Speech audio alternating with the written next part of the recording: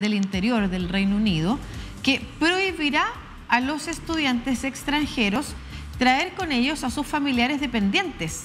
Todo esto a partir de enero del 2024 como una medida para controlar la inmigración, aunque la medida señala que excluirá a quienes cursan determinados estudios de posgrado como de investigación. Esto lo anuncia la ministra del Interior, Suella Braverman, que paradójicamente, y como pasa en algunos casos, es precisamente hija de migrantes africanos que llegaron en la década del 60 al Reino Unido y que se ha transformado en una de las políticas más conservadoras y con los discursos más bravos, de hecho, en torno a la migración, que además en estos momentos atraviesa polémicas vinculadas a otros temas, como por ejemplo conducir con alta velocidad, lo que ha significado que el primer ministro también tenga que pronunciarse si se hará o no una investigación respecto de la conducta que deben tener efectivamente las y los ministros. Bueno, me complace anunciar un paquete de medidas para ayudar a lograr nuestro objetivo de reducir la migración neta, al mismo tiempo que apoyamos la prioridad del gobierno de hacer crecer la economía, dijo Braverman en una declaración parlamentaria. En concreto, las medidas incluyen eliminar el derecho de los estudiantes extranjeros a traer personas que dependen de ellos, a menos que estén en cursos de posgrado designados como programas de investigación, y acabar con la posibilidad de que cambien su condición de estudiantes a la de trabajadores antes de completar su formación.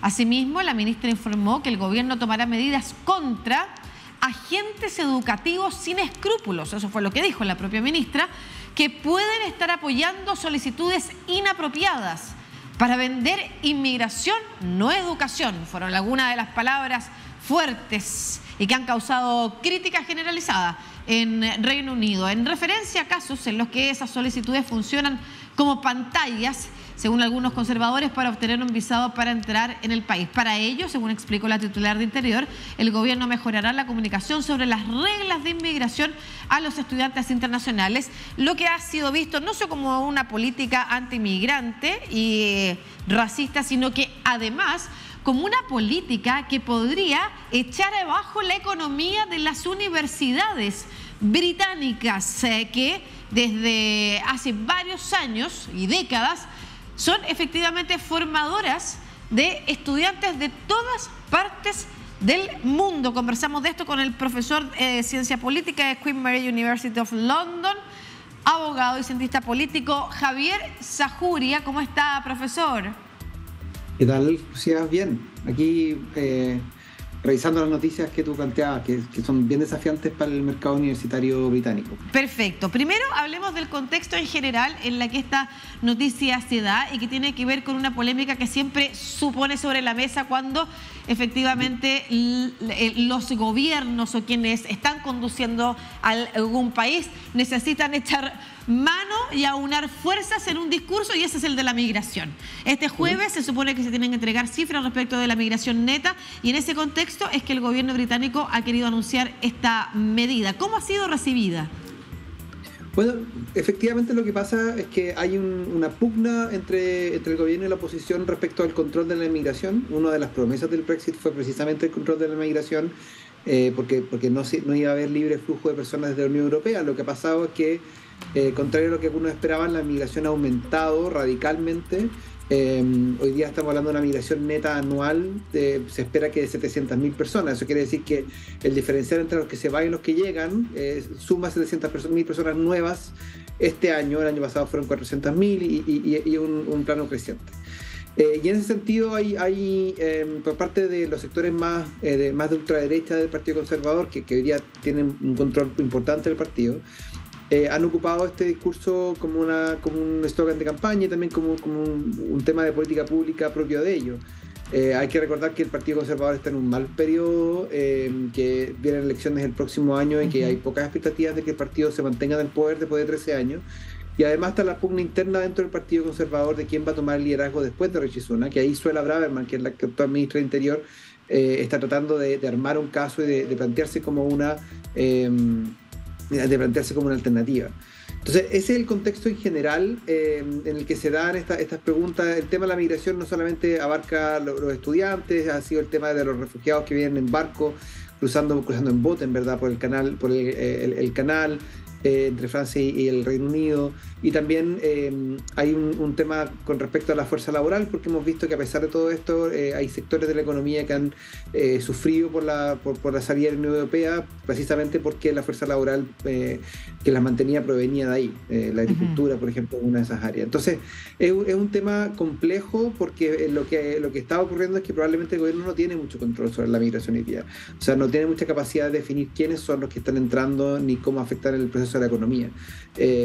Ahora, la solución que están proponiendo, al menos desde el mundo universitario, que es donde yo participo, nos parece bastante irracional. Primero porque los números no son tan grandes al respecto, pero también porque aquí quizás es un poco largo explicarlo, pero las universidades británicas tienen aranceles que son fijados por el Estado. Y esos aranceles fueron fijados por el Estado el año 2011, 9.000 pounds, y se subieron a 9.250 libras. Eso más o menos debe ser unos $12.000 al año. Ese monto se fijó el año 2013, 2014 y no ha vuelto a cambiar. O sea, la inflación ha aumentado, pero el arancel de las universidades no. Lo que eso ha implicado que en términos reales lo que la universidad recibe por cada estudiante ha ido decreciendo. Y hoy día ha perdido un tercio de su valor. ¿Eso qué implica? Que las universidades tienen que educar a los estudiantes con menos recursos. O sea, la cantidad de recursos por estudiante que llegan es cada vez menos. Y las universidades han tomado dos estrategias para tratar de resolver esto. La primera es aumentar la matrícula y recibir a más estudiantes, lo que tiene obviamente otras complicaciones.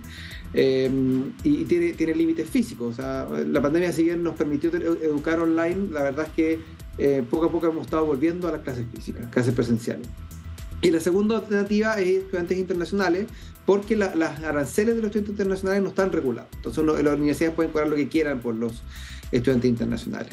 Y ahí es donde muchas universidades hoy día son dependientes del mercado internacional, dependientes del mercado de Nigeria, Pakistán, India, China. Probablemente esos son los países con números más grandes. Entonces, cuando la propuesta que establece que no se van a poder traer a dependientes, o sea, no se puede, los estudiantes no van a poder traer a su familia, a sus cónyuges, a sus hijos, eso va a limitar el mercado. Claro. Va a limitar el mercado directamente en países donde se usa mucho esto, como India, Pakistán y Nigeria, y va a pegar. Quizás no a todas las universidades por igual, porque no todas las universidades tienen la misma dependencia de estudiantes internacionales o de estudiantes de los mismos lugares. Pero claramente este es un mercado en el que las universidades han estado recibiendo cada vez menos dinero por estudiante, y se les está básicamente limitando una de las pocas vías que han tenido para mantenerse a flote. Claro.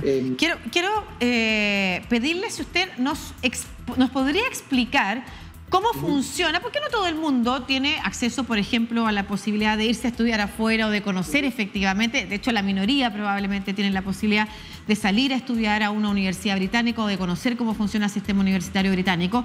¿Y por qué algo que podría sonar como extraño para alguien, pero cómo un estudiante va a ir con toda su familia al Reino Unido? Es una práctica común efectivamente en quienes se trasladan de un país a otro buscando formación. ¿Podría explicarnos cómo funciona eso y por qué impactaría en la decisión de muchos estudiantes de optar por otro país, otra universidad para poder efectivamente realizar sus estudios? O sea, hay que entender varias cosas. Primero es que en general esto no es para los estudiantes de pregrado. Los estudiantes de pregrado suelen ser más jóvenes, por lo tanto no tienen familia, no tienen cónyuge, no tienen pareja ni hijo. Hay casos excepcionales, por cierto, pero no es la mayoría. Esto más bien afecta a aquellos estudiantes que son personas que son profesionales, que ya tienen carreras más o menos avanzadas y están buscando un programa de maestría para poder perfeccionarse, para poder avanzar en sus carreras, y en ese sentido afecta muy duramente a los estudiantes de posgrado. Hay que recordar también que gran parte de los países que yo les mencioné, Pakistán, India, Nigeria, son países que fueron colonias británicas, por lo tanto muchas de esas personas tienen familiares acá o tienen comunidades a las que llegar y por lo tanto hablan inglés y por lo tanto se les hace más fácil o más razonable traerse a la familia también, porque en el fondo la exigencia, si no es así, es familias que se van a ver separadas por 1 o 2 años mientras la persona está estudiando en el Reino Unido, lo que tampoco es algo que en muchos casos es razonable y puede generar otro tipo de complicaciones. A ver, este es un dilema que enfrentan todos los estudiantes internacionales que se van de sus países y que llegan, que en el fondo es cómo mantener una familia afuera, cómo tener financiamiento, cómo tener todos los procesos. El punto es que en general eso ha sido una pregunta más bien con respecto a los recursos. Hoy día lo que el gobierno está haciendo es simplemente eliminar la opción de que estas personas puedan venir con sus familias. Y eso, para un porcentaje importante de personas que están buscando programas de posgrado para perfeccionarse, esto va a ser una va a ser un factor a considerar y va a ser una barrera para venirse. Y el punto está en que el mercado internacional va a absorber esa demanda. Particularmente la demanda de Asia es absorbida por Australia. Desde que ellos reabrieron la frontera, Australia ha vuelto a subir un montón la cantidad de estudiantes desde Asia.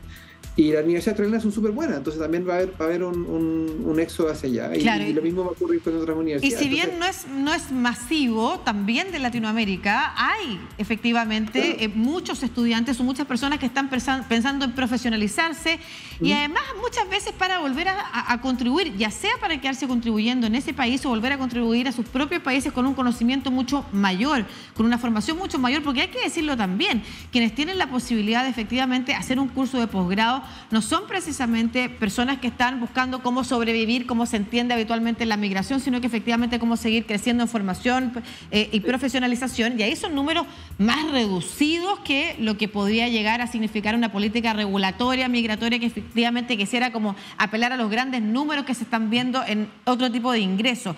Quiero terminar esta conversación, profesor, preguntándole por Joe Grady, que es la secretaria general del sindicato University and College Union, afirmó que las propuestas eran una medida vengativa y profundamente vergonzosa, y quiero referirme específicamente a la declaración de Braverman, que habla de políticas de algunas universidades o sistemas de educación que sin escrúpulos venden migración y no educación.